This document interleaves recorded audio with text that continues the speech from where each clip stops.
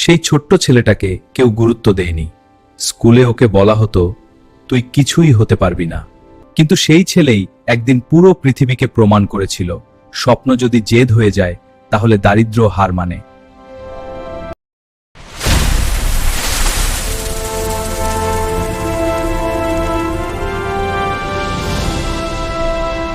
পর্তুগালের এক ছোট দ্বীপ মাদেইরা, সেখানেই জন্ম নিয়েছিল এক ছেলের নাম ক্রিস্টিয়ানো রোনালদো।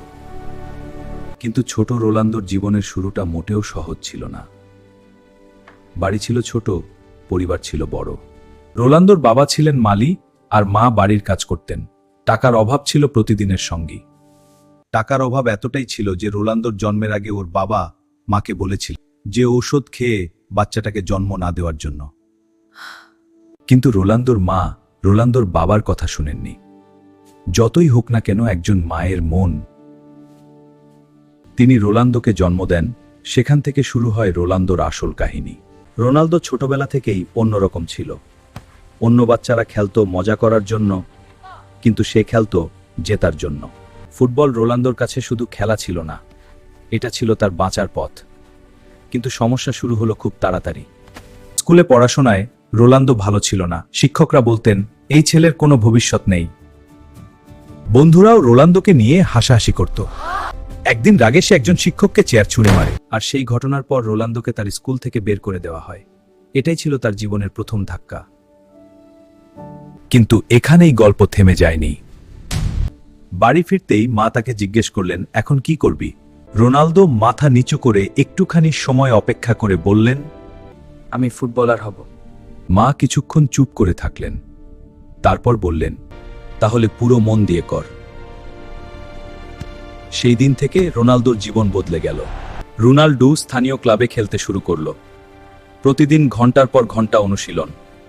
শরীর ক্লান্ত হয়ে যেত, কিন্তু সে থামাতো না। রাতগুলোতে রোনালদো কাঁদত, মাকে মনে পড়ত। কিন্তু রোনালদো জানত, ফিরে গেলে সব শেষ। কিন্তু এখানেই শেষ নয়। হঠাৎ একদিন প্র্যাকটিসের সময় রোনালদো অসুস্থ হয়ে পড়ল। ডাক্তাররা বললেন, তার হৃদয়ের সমস্যা আছে, অপারেশন করতে হবে। রোনালদো তখন ছোট ছিলেন, তার জন্য এটা ছিল ভয়ঙ্কর খবর। যদি অপারেশন ব্যর্থ হয় সব শেষ। কিন্তু সে ভয় পায়নি। অপারেশন হলো। কিছুদিন বিশ্রাম নিল, আর তারপর আবার মাঠে ফিরে এলো রোনালদো, আরো শক্তিশালী হয়ে। একদিন স্পোর্টিং ক্লাবের হয়ে খেলার সময় রোনালদোর সামনে এলো এক বড় সুযোগ। ম্যানচেস্টার ইউনাইটেডের বিরুদ্ধে ম্যাচ। এই ম্যাচে রোনালদো এমন খেলল যে সবাই অবাক।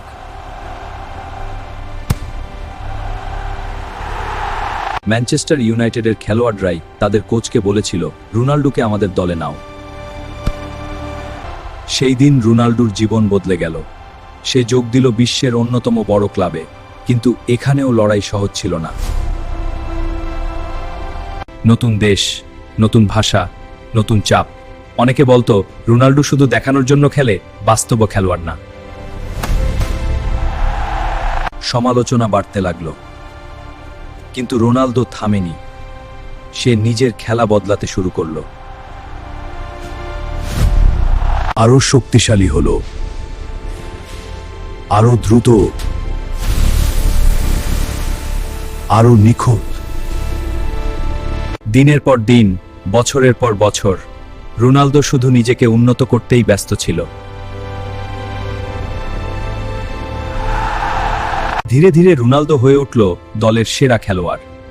তারপর এল আরেকটা বড় মোড়, রিয়াল মাদ্রিদ, বিশ্বের সবচেয়ে বড় ক্লাবগুলোর একটি। চাপ ছিল আকাশ ছোঁয়া। প্রতিটা ম্যাচে রোনালদোকে প্রমাণ করতে হতো, কেন এখানে। আর রোনালদো প্রমাণ করল। একটার পর একটা গোল, একটার পর একটা রেকর্ড। কিন্তু রোনালদোর জীবন শুধু সাফল্যে ভরা ছিল না। রোনালদোর বাবার মৃত্যু তাকে ভেঙে দিয়েছিল। সে বুঝে গিয়েছিল জীবন খুব ছোট। আর সেই কারণেই রোনালদো প্রতিটা মুহূর্তকে কাজে লাগাতে শুরু করল। তার পরিশ্রম, তার শৃঙ্খলা, তার মানসিক শক্তি, সবকিছু রোনালদোকে নিয়ে গেল এক নতুন উচ্চতায়। বিশ্বসেরা খেলোয়াড় বারবার, কিন্তু রোনালদোর সাফল্যের পেছনে ছিল হাজারো রাতের পরিশ্রম, অসংখ্য ব্যর্থতা, অসংখ্য সন্দেহ। একটা সময় এসেছিল যখন সবাই ভাবছিল রোনালদো শেষ হয়ে যাচ্ছে। আমি এখনো শেষ হইনি। রোনালদো আবার ফিরে এলো, গোল করলো, ম্যাচ জিতলো, ইতিহাস লিখল। শেষ পর্যন্ত একটা ছেলে, যাকে একসময় স্কুল থেকে বের করে দেওয়া হয়েছিল, যার পরিবার ছিল গরিব, যাকে কেউ গুরুত্ব দেয়নি, সেই ছেলেই হয়ে উঠল বিশ্বের অন্যতম সেরা ফুটবল খেলোয়াড়।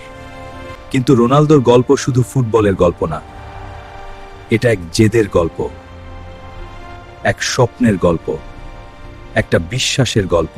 যদি তুমি নিজেকে বিশ্বাস করো, তাহলে পৃথিবীর কোনো শক্তি তোমাকে থামাতে পারবে না। আর সেই কারণেই আজও যখন রোনালদো মাঠে নামে, তখন শুধু একটা খেলোয়াড় না, একটা গল্প দৌড়ায়, যেটা বলে স্বপ্ন দেখো, লড়ো, আর কখনো হার মানো না। আপনি যদি রোনালদোকে ভালোবেসে থাকেন, তাহলে একটি সুন্দর কমেন্ট করে জানাবেন। আজকের কাহিনী এখানেই সমাপ্ত হলো। আবার আসছি নতুন কোনো কাহিনীর সাথে। ধন্যবাদ।